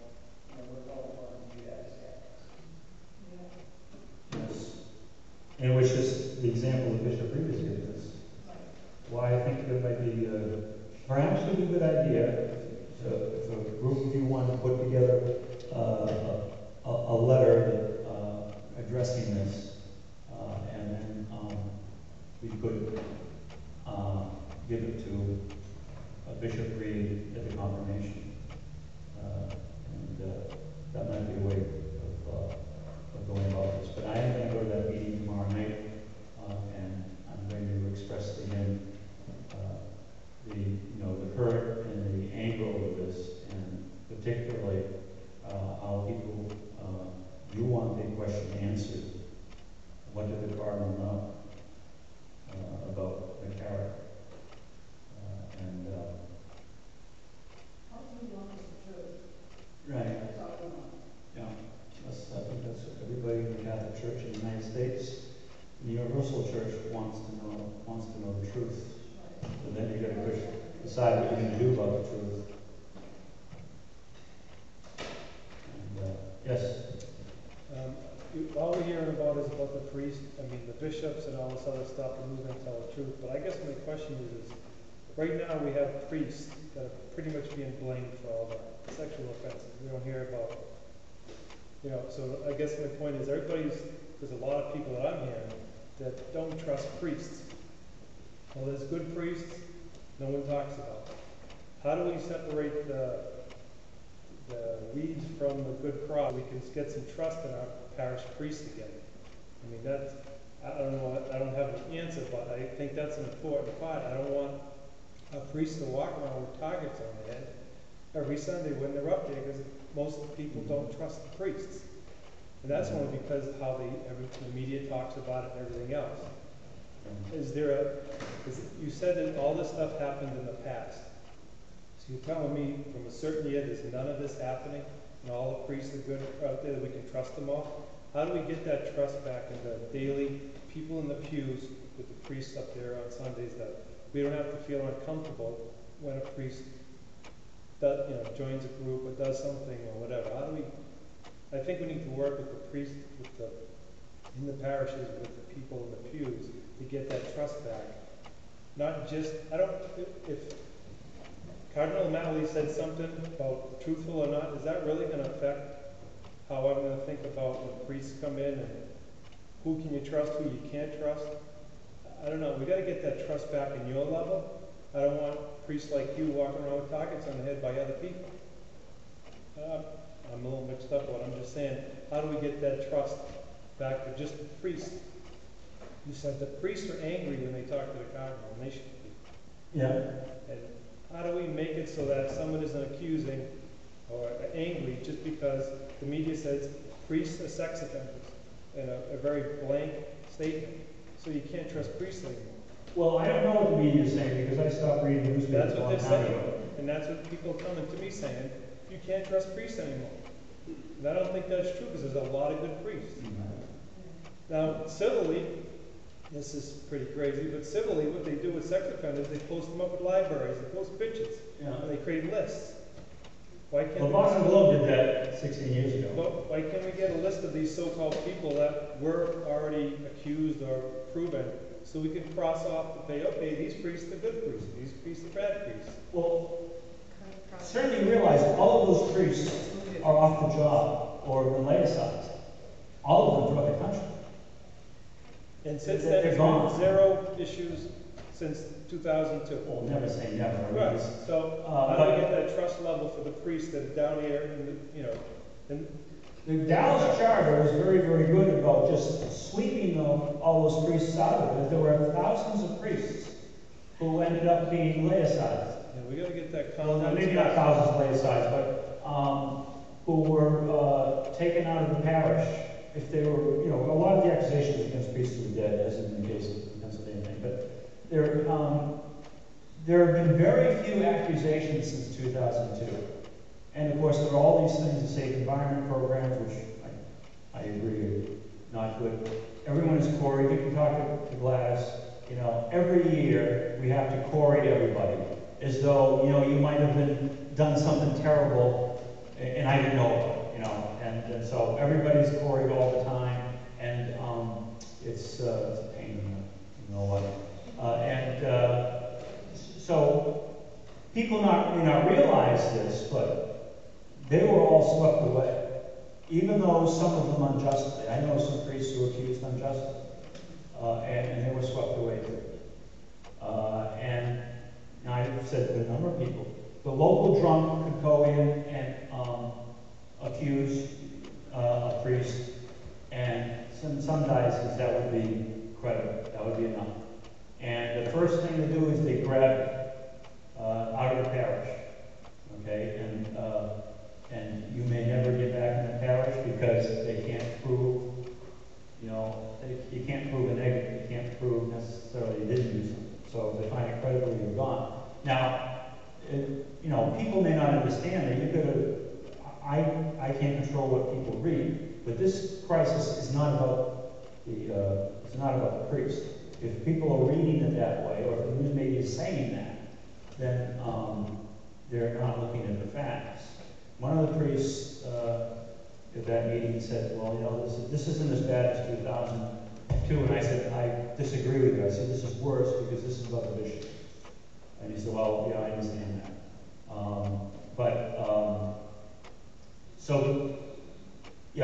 The priests were angry because, again, this reflects badly on us because it reflects on the bishops. And people, think, well, if the bishops are like that, then what are the priests like? And so, how do you get back respect? I don't know. You've got to know somebody. It's got to be person by person. I think the priests of the Archdiocese are good men because I know them personally. I don't know many bishops. The bishops I've known have been decent with me, but some have very, very bad reputations for good reasons. Unless people are given evidence that some serious spiritual surgery has been done, I don't think people will regain trust in the church. That's why I said, and a lot of people have said, a lot of priests agree with me, that unless we have multiple resignations, it's the quickest way to do it, of bishops and cardinals, both here and in Rome, this problem is not going to be solved. Only when you see the bishops fall are you going to say, okay, we're trying to do something about it. And that means that the bishops and the cardinals have to be men of some virtue to look at themselves and see, okay, what problem did I have in this? And perhaps I should, like the priest who's alcoholic, admit, okay, I've got to go and clean myself up. I've got to step aside for the good of the people in my parish. I've got to step aside. So the bishops would have to, I think, a significant number would have to say, for the good of the people of God, I just have to resign. Okay? Because otherwise, how are people going to see that anything is being done? I don't think they will see. If everybody remains in their position, it's a nightmare scenario for the church, as far as I'm concerned. And it's just be a matter of person by person, whether you trust this guy or not. And that's it. It won't be a general trust anymore that you and I grew up with. And that's a great tragedy. And ultimately, the danger is against the souls of people. The church not be seen as a place of sanctification and salvation, but a dangerous place. And the shepherds are the ones who are going to either help to make the church a place of sanctity. I mean, it is objectively speaking because of the sacraments. But effectively, in the lives of people, the church can only be a place of sanctification and salvation if the people see the shepherds have stopped shepherding themselves and have, in cases where necessary, have decided, okay, they're going to step aside. So the people of God will see something is happening. We can't. It depends upon how many men of virtue are in there. With their red hats and their miters, etc. If they say that, I don't think I'm any more responsible for this than anybody else, but I do have some responsibility, and something's going to happen to show the people of God that change is going to take place. That's what I think. Betty?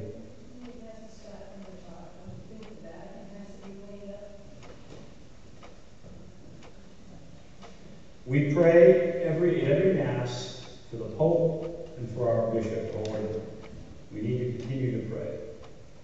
There is no mechanism for replacing the Bishop of Rome. It was a conclave, but there's no mechanism for. I don't know. It said that the Holy Father's response to the Archbishop of Ghana's testimony was said he was going to say anything about it. And he said, study it, read it, and come to conclusions, basically. He's the Holy Father. I pray for the Holy Father. But that response is inexplicable to me. Huh?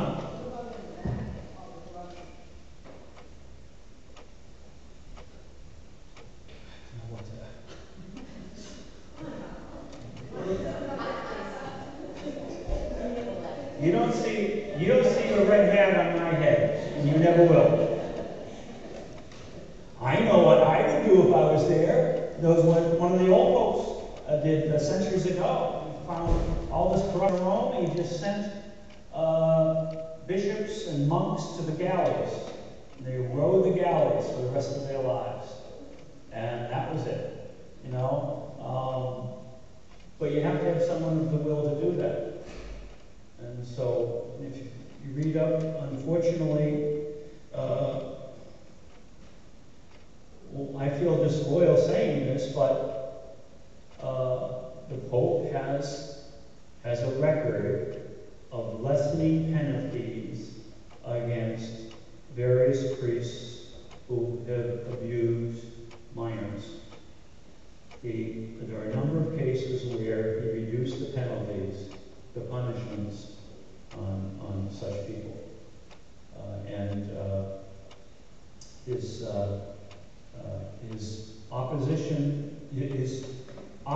to those who are accusing bishops in Chile did not speak well of him. He was terribly embarrassed, There was a storm down there, and he had to admit that he was wrong, because he was supporting the bishops who were being accused in Chile. And then it was just a revolt, and the bishops resigned, and he had to admit that he was wrong in his support of them. So, it's a very, very difficult situation. It's the reason why we pray for the Pope at every Mass. We need to do that. This is all exhausting, folks. And, you know, I never thought I'd have to speak like that in front of people, but it's the situation we're in. Thank you for being here for us. So, does anyone want to form a committee to write a letter that we can give to Bishop Reed when he comes to confirmation? You what? I have a letter that I need signatures for. I don't know, I mean, it's a lot in it. I don't know if everybody, you know, would agree to everything, but, Well, if you want a sort of joint letter that, you know, a lot of people could sign, then you have to confer on it, I think. Now, if you have a letter, if you want me to give that to Bishop Reed, I'll give it tomorrow.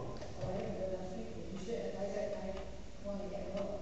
Yeah, well, with all due respect to you, that you're a smart and a very pious lady, but I do think if there was going to be a joint letter, there has to be some, I mean, it's up to you, all else, whatever you want to do, but I think there probably should be more of a thing from St. Brendan's Parish, perhaps. So that's why I would suggest a bunch of you perhaps join the committee and form a letter, and then perhaps we could have, and then we could give people a chance to sign it, and we could give it to Bishop Reed when he comes to confirmation. Yes? I'd be part of that. Okay, Jay and John, you raised your hand. Who else would want to be part of that? Okay, Al. All right, very good. So, meet together. And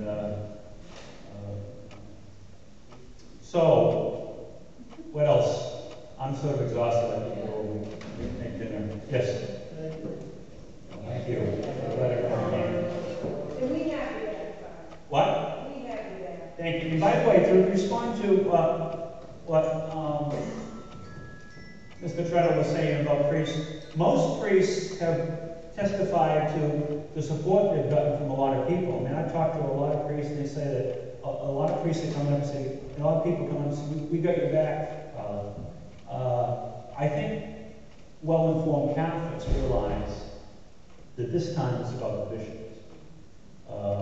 But a lot of priests have gotten a lot of support. Of course, I think a lot of priests are sort of nervous, but most priests I talked to said that they've gotten a lot of support from people. Well, I think we need to support our new priests. How many more priests are doing what you're doing at that parish? Oh, a number of priests have had these listening sessions. This isn't unusual. They know they have to do something. One of the priests got up and mentioned about he had one in his parish. That was a couple of weeks ago. So, you know, it's a mistake a priest would make, a pastor would make, is not to talk about it at all. That would be a mistake. As I might have mentioned to some of you, Father Fiorello, a young priest, friend of our parish, he's the chaplain now to Harvard University, which is a great position for him, fantastic. And he's at St. Paul's in Cambridge, and a couple of weeks ago they just read the statement from His Eminence, and he said they got a lot of angry looks from people. The next week they talked about it, and then there was a very positive response. So the mistake that priests make is not talking about it. But I think most parishes, if they're talking about it, I hope they are. Patrick that wrote the beautiful homily. Who? Father Patrick. Oh, yeah. Did you read it? His homily? No.